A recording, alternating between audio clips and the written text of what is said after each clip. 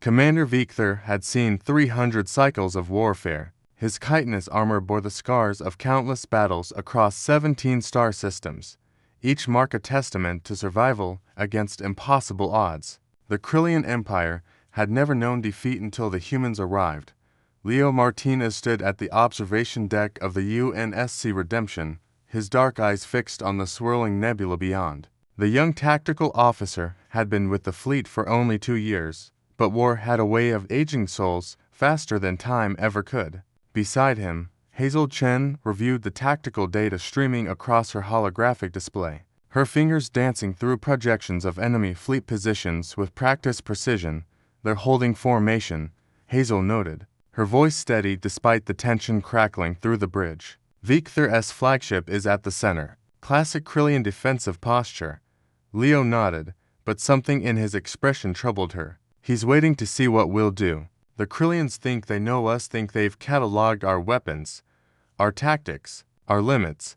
They haven't seen Protocol Lazarus yet," Hazel said quietly.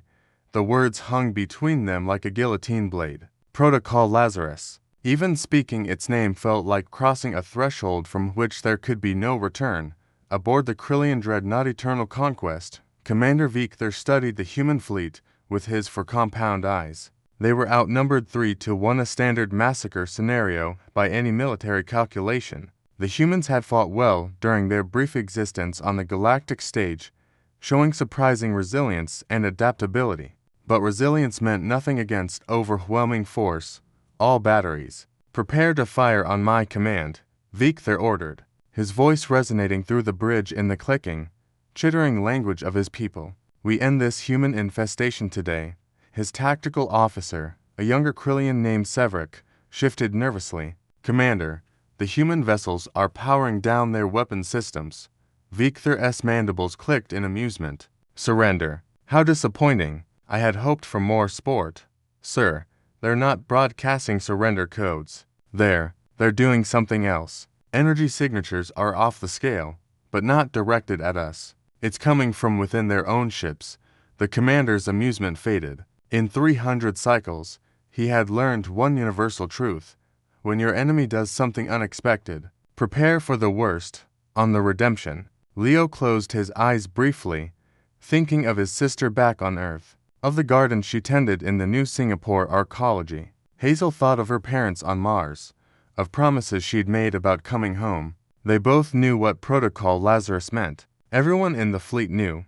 Admiral Okonkwo's voice crackled through every comm channel in the human armada. "All ships, this is Okonkwo. I won't lie to you about what we're about to do.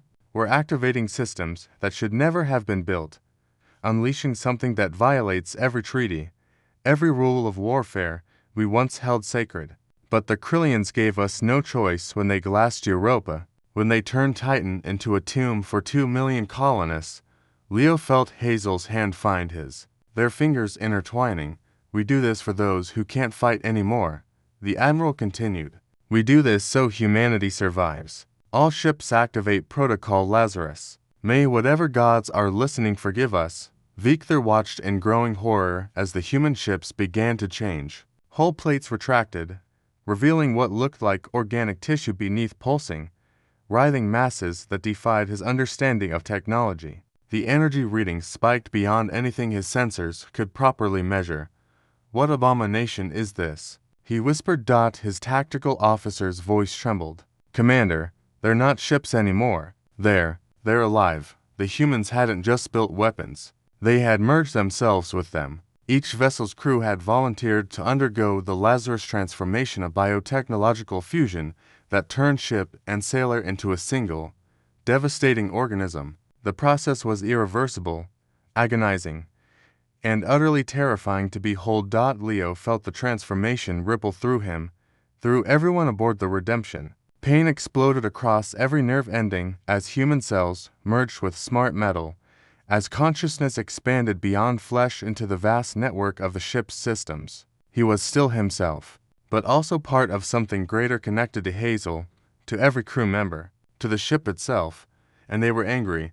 The transformed human fleet moved with impossible grace, no longer bound by conventional physics. They bent space, phased through reality, struck from angles that shouldn't exist. Victor's fleet, legendary and undefeated, began to crumble. But it wasn't the physical destruction that broke Victor. It was the message the humans broadcast, carried through quantum channels directly into his mind and the minds of every Krillian warrior. Hazel's voice, merged with Leo's, merged with thousands of others, spoke as one. You wanted to know what makes humans dangerous. It's not our technology. It's not our weapons. It's that when you push us to the edge, when you take everything from us, we don't break. We evolve. We become something new. Something you can't predict or prepare for. We sacrifice what we were to protect what we love. That's humanity. That's why you'll never defeat us. Victor, commander of 300 cycles, veteran of countless victories, gave the order he never thought he would utter. Retreat. Full retreat. Now, as his fleet fled, leaving the transformed human vessels floating in the void like angels of terrible beauty, Victor understood what his empire had never grasped. Humans weren't just another species to conquer. They were something fundamentally different, a race that would rather become monsters than accept extinction. Leo and Hazel, forever changed, forever merged with their ship and crew, watched the Krillian fleet vanish. They had won, but the cost was etched into every transformed cell of their being. They could never go home, never be fully human again, but humanity would survive. That was all that mattered. In the darkness of space, the Redemption and her sister ships kept their vigil, living monuments to what humans would sacrifice for survival. They had become legend, become warning, become proof of a simple truth that would echo across the galaxy. Humanity, fuck yeah,